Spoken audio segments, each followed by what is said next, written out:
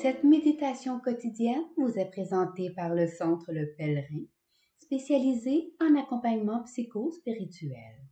lepèlerin.org.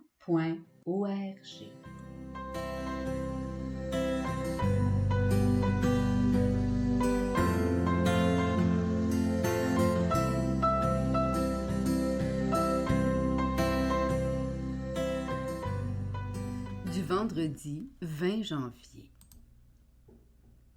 En ce temps-là, Jésus gravit la montagne et il appela ceux qu'il voulait. Ils vinrent auprès de lui et il en institua 12 pour qu'ils soient avec lui et pour les envoyer proclamer la bonne nouvelle avec le pouvoir d'expulser les démons. Donc, il établit les 12.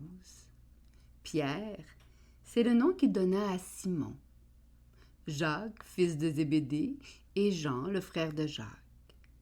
Il leur donna le nom de Boanerges, c'est-à-dire fils du tonnerre.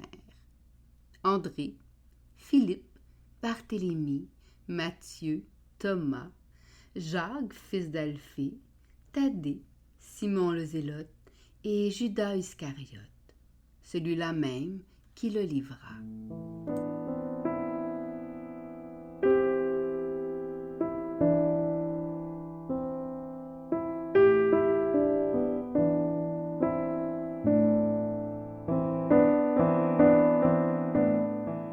Méditation. Jésus appela ceux qu'il voulait pour qu'ils soient avec lui. L'appel premier est d'être avec Jésus. Et c'est bien là, en effet, que tout commence. La réponse première est d'accepter de tout quitter pour aller auprès de lui et résider avec lui. Et c'est dans cette intimité profonde que s'ouvrira le mystère de notre naissance en lui. Les 12 étaient des humains très ordinaires et très différents les uns des autres. Ils ont écouté l'appel. Ils ont répondu. Ils ont quitté tous leurs projets personnels pour entrer dans le projet de Dieu pour eux. Ils ont marché vers un ailleurs qui n'est ni fuite ni évasion, moins une illusion, mais une expérience d'humanité avec un Dieu qui s'est laissé connaître dans une existence humaine. Ils ne seront plus jamais pareils, car vivre avec Jésus leur fera entreapercevoir le Père, et ce, à travers sa façon de vivre et d'être. Dans ce lieu de vie, fondé sur la parole du salut, ils vont découvrir leur vraie identité, à travers le nom nouveau que Jésus donnera à chacun d'eux. Ce que Jésus demandera à Simon sera différent de ce qu'il demandera à Jean ou à Jacques. Cependant, il posera le même regard aimant sur chacun d'eux et leur lancera le même appel, celui d'être avec lui et de le suivre. Avant de découvrir leur mission, Jésus invite ses futurs disciples à le découvrir, à le connaître, à vivre avec lui. Nul ne peut témoigner de Jésus s'il n'est pas d'abord avec lui.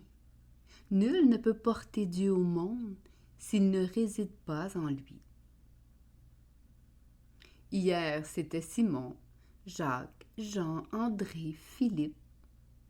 Aujourd'hui, c'est vous, c'est moi, qui sommes appelés pour ensuite être envoyés en mission. Et comme eux, Jésus nous invite d'abord à venir auprès de lui. À la genèse de toute mission, il y a un moment fondateur, un temps de révélation.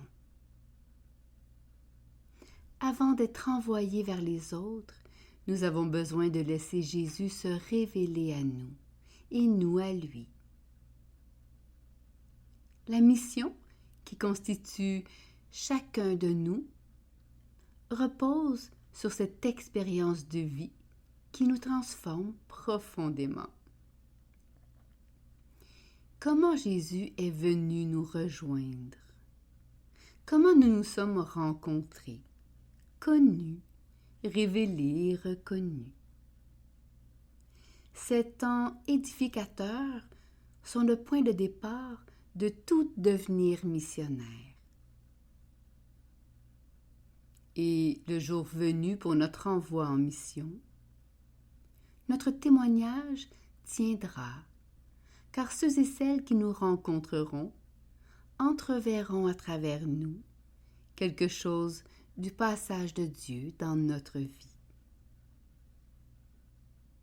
Suivre Jésus ne sera jamais ce que nous aurons imaginé ou pensé.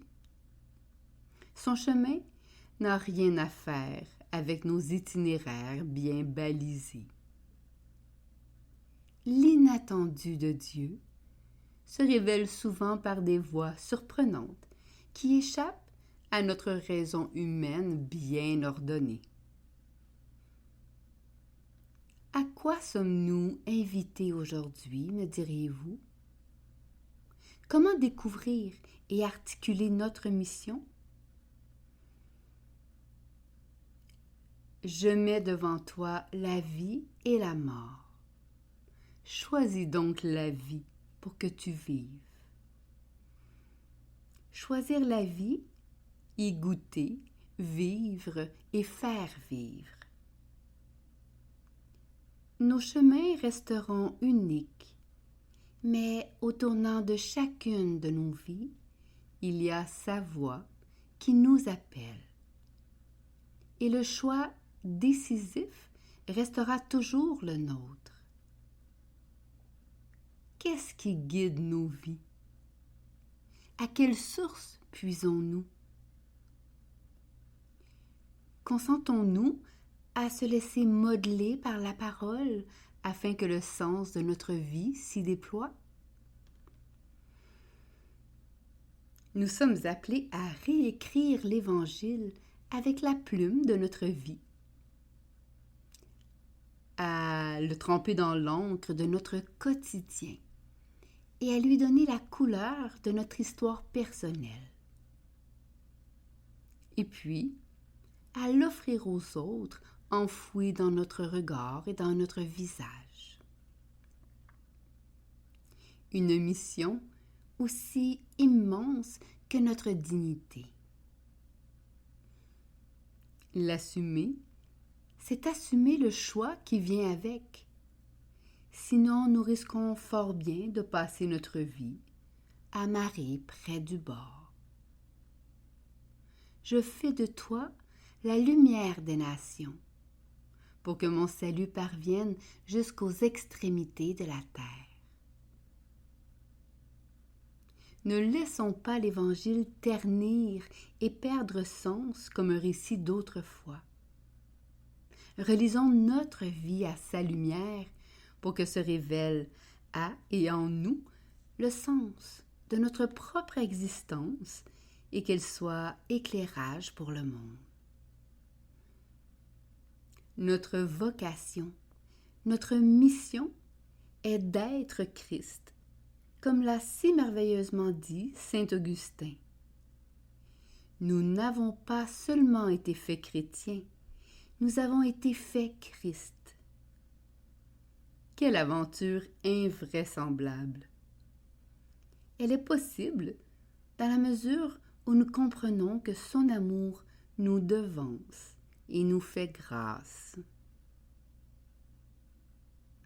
Être Christ, c'est nous engager dans des relations créatrices de nous-mêmes et de l'autre. C'est croire profondément qu'une source d'amour fonde chacune de nos vies. Être Christ, c'est nous incarner dans notre monde à sa manière à lui. c'est laisser Dieu transparaître dans chacune de nos actions quotidiennes, dans notre amour humain, dans nos familles, dans nos communautés, dans nos milieux de travail et dans toutes nos amitiés. Méditation écrite par Gladys L. Hello.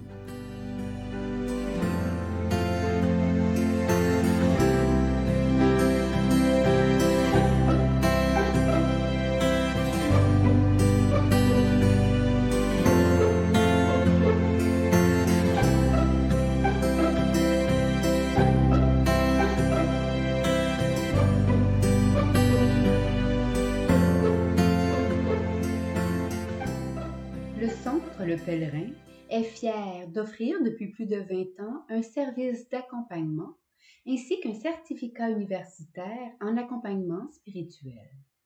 Tous nos services sont offerts en ligne. Nous sommes situés à Montréal, au pied de l'Oratoire Saint-Joseph. Le Pèlerin, le savoir intérieur qui transforme la vie. lepèlerin.org. Page Facebook Centre Le Pèlerin.